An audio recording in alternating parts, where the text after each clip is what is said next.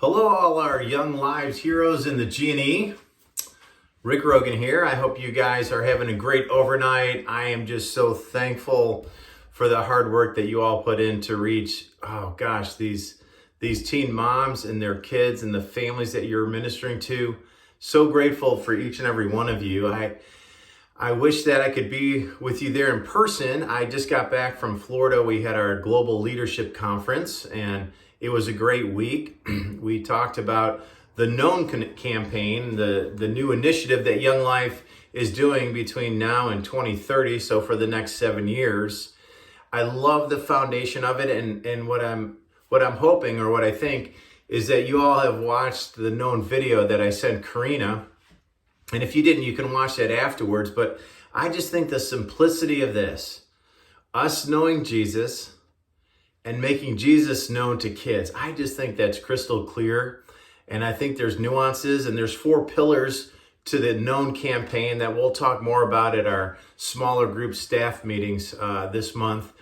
But I am really grateful for the direction and the focus that Young Life is putting on volunteer leaders, the focus on modeling relational ministry, kingdom leaders, and that we would do this together. And so I'm just so grateful for each and every one of you. And if you watch the video, there's a couple words that they use to describe kids and kind of the environment that kids are in. And I heard the word chaos, and I just think about the lives and the homes that you all walk in that have a level of chaos to them, possibly. I think about, it says that kids are more connected than ever, but they're lonelier than ever. And I think for a lot of typical teens, they all have that longing to be known and to be loved, that there is a sense of chaos or drama in their lives, or there's this sense of being connected but lonely. But just think about this, in the life of a teenager who's a young mom, that they not only carry the weight of just the basic needs that any typical teen would have, they carry the weight of being a mom. They carry the weight, and some of that weight is perhaps how they feel like other people are seeing them or looking at them, and you just get to enter in and to love them towards Christ. And so I'm just so grateful for each and every one of you, and for all the hard work that you do. And I mean, you carry the weight of these girls knowing the love of Jesus as they carry the additional weight and the responsibility of being a teen mom. And I think the reason why, and some of you know this of me already, the reason why this ministry is so important to me personally is my mom wasn't a teen mom, but she was a single mom. And I know there's a lot of parallels, and I grew up kind of seeing the different needs that my mom had. And boy, it would have been great for her to have one of you as a mentor and just pointing her more personally towards Jesus. So, hey, on a personal note, I became a grandfather. We just had our first we had our first grandbaby. My son Alex and his wife Haley, they had our first grandchild about 2 weeks ago, maybe 3 weeks now, April 15th. June Willow was born, and she was beautiful. She's beautiful. It's not that she was beautiful. Now she's not. Everything went great. And so Kathy's out in California this week, and I get to go out there probably in July. So I'm a new grandfather. But hey, I'm just thank you, Karina, for asking me to share from a passage that I hope will be an encouragement to you. I've been looking at the Gospel of Luke in my personal times with the Lord. And this is just a weird season for me, or a different season, where I'm just trying to slow down enough to hear the word of God as I sit with him. And my daughter, Rachel, who's kind of our type A, she would always have a hard time if she missed a quiet time, or she had this kind of almost a legalistic perspective on her times with the Lord. And I would always say to her, Rachel, listen, the goal of a quiet time is that you would connect with Jesus.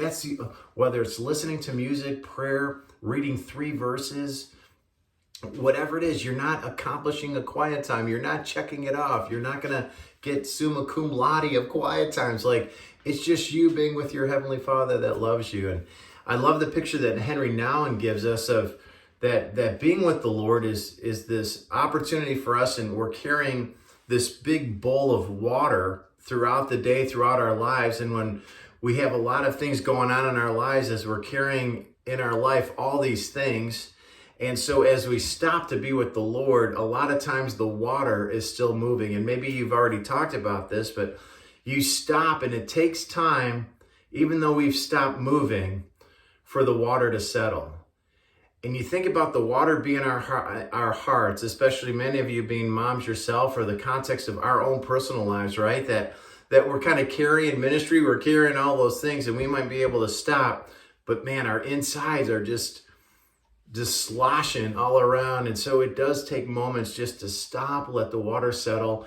And I'm hoping that this time together is like that for you, that things stop enough and for your hearts to settle to experience Christ, that you all would be an encouragement to each other, that these few thoughts from Luke 8 will be an encouragement to you. And I'm just praying and so thankful for your ministry. And I'm hoping, again, that the Lord meets you all there. Hey, Luke 8, we're going to talk about a passage that many of you know. But I love this passage, and I feel like, and in my times with the Lord, he just gave me a couple new perspectives that I hope, again, would be a blessing to you as they were to me. And I shared this for those of you that were on our call. I shared this one thought about in Luke 8, verse 25, in the midst of the storm, Jesus asks his disciples this question: where is your faith?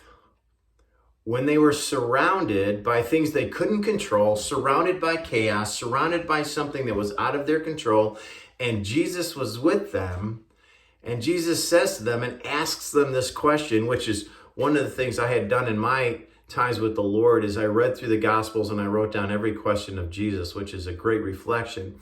But this question that Jesus asked, where is your faith? And so I think there's times when Jesus is saying, where's your faith? Get it out. You need it right now. And I think also in these passages, Jesus is trying to teach the disciples, you can put your faith in me. Like, we're going to walk through some things. I'm going to send you some places. I'm going to give you power. I'm going to do these things in your life. But you're still going to have to answer that question every day. Where is your faith?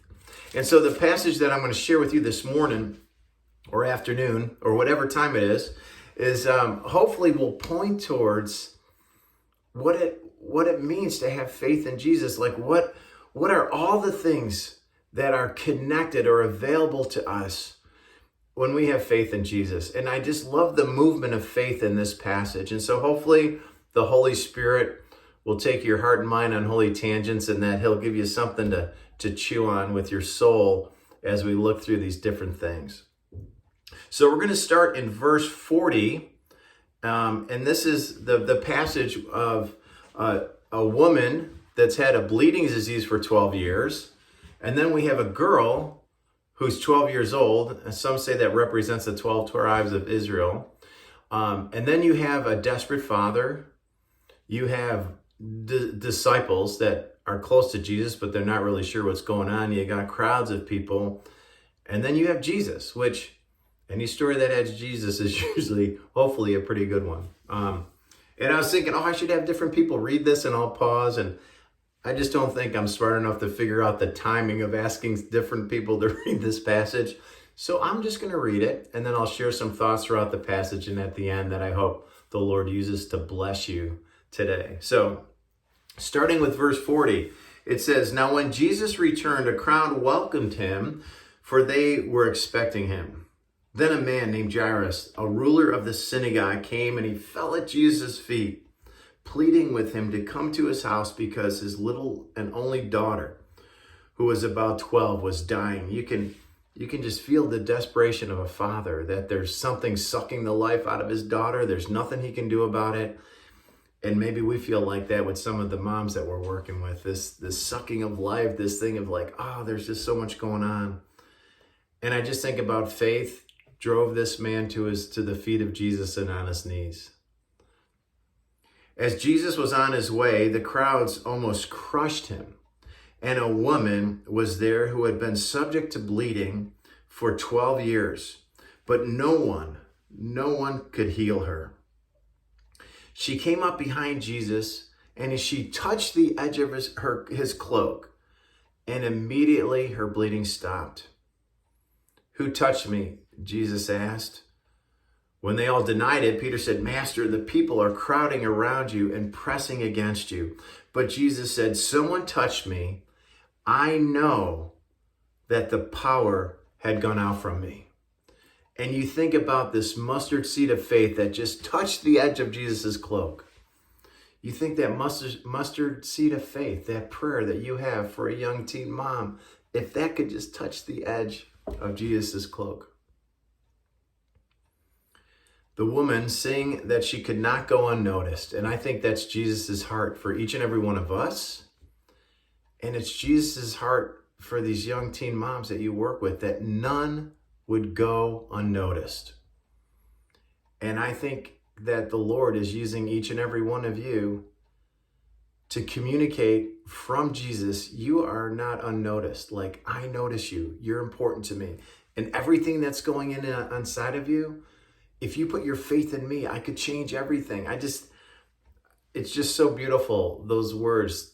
The woman realized she couldn't go unnoticed. And I'm hoping that the young moms in your care sense that from each and every one of you. Then the woman, seeing that she could not go unnoticed, came trembling and fell at Jesus' feet. And in the presence of all the people, she told why she had touched him and how she had been instantly healed. Then he said to her, listen to these words and tell me that this isn't the prayer of the heart of every kid we get to work with. That this isn't what the deepest heart's desire of every kid we work with. Daughter, your faith has healed you. Go in peace. To go in peace. What would it be like for your teen moms, the girls that you're working with, or maybe even us, just to have this deep sense of peace that we realize, man, I've been healed by Jesus. Something's going on, and I have this overwhelming sense of peace. While Jesus was still speaking, someone came from the house of Jairus, the synagogue ruler, and said, your daughter is dead. Why bother the teacher anymore? Probably not a very sensitive servant came and said, hey, your daughter's dead. Don't bother Jesus anymore. But when Jesus is present, listen, there is always hope. And even in the midst when things feel absolutely impossible, if we're with Jesus, there's always hope. Hearing this, Jesus said to Jairus, don't be afraid, just believe. And I just think fear really does compete with our faith, doesn't it? Fear of the circumstances, fear of fill in the blank. And I think Jesus looks at our souls and says, don't be afraid, just believe. Put your faith in me. Where is your faith? Jesus says, it's in you. I've lost all hope. Jesus is saying, don't be afraid, put your faith in me. Don't be afraid, just believe, and she will be healed, Jesus said to Jairus. And when they arrived at the house of Jairus, he did not let anyone go in with him except Peter, James, and John, and the child's father and mother. And I think about Jesus was not teaching his disciples a 3-step formula at bringing a 12-year-old girl back to life. Jesus was not teaching them a formula. Jesus was teaching his disciples where they should be. That we should be going into the homes of people whose lives are hurting and broken, and there's a sense of death and darkness. And we go in, not by ourselves, and we go with Jesus and trust that he's going to bring the healing. We are not the answer to every prayer, but Jesus can hear the deepest longings of the kids we work with. And so Jesus models for Peter, James, and John, go into the homes where you feel like there's nothing you can do and trust that I am the one that'll bring healing. So he took with him Peter, James, and John. Meanwhile, all the people were wailing and mourning for her. Stop wailing, Jesus said. She's not dead, but asleep. But they laughed at Jesus, knowing that she was dead. But then he took the girl by the hand and he said, my child, get up. Her spirit returned, and at once she stood up. Then Jesus told them to give her something to eat. And her parents were astonished, and Jesus ordered them not to tell anybody what had happened. And I think about what faith, all the things that are connected to faith in this passage. Faith in Jesus drives us to our knees and we beg Jesus. Jesus goes with Jairus. So our faith moves the heart of Jesus, as we see in Jairus. Faith connected to Jesus stops Jesus at the moments we need him most, in the midst of chaos and need. Faith in Jesus. Jesus goes with Jairus, but he stops with the woman. That faith in Jesus is connected to healing. Faith in Jesus is connected to peace. Faith in Jesus is connected to our sonship and our daughtership. Daughter, your faith has healed you. Son, your faith has healed you. Faith in Jesus, even though Jesus was surrounded by a crowd, faith in Jesus is always accessible. Even though there's all these things crowding around Jesus, even in our lives, access to personal faith in Jesus, it's always accessible in the midst of the crowd. Faith brings power. Faith brings healing. Faith brings peace. Faith goes with Jesus, and faith stops for the woman. I just am so grateful for the lives that you are all involved in. And I'm praying that this passage is just an encouragement to you, because you go with these girls and they need to know that the power of Jesus can bring healing, that can bring peace, that can bring hope. And I know that unless you are connected to that peace and that healing and that hope the most, these girls will never get it. So my prayer is that your personal walks, your personal relationships with Jesus would be able to go so deep, and that you personally could experience, daughter, your faith in Jesus has healed you. You have peace. Now go into these homes and share the faith and the love of Jesus.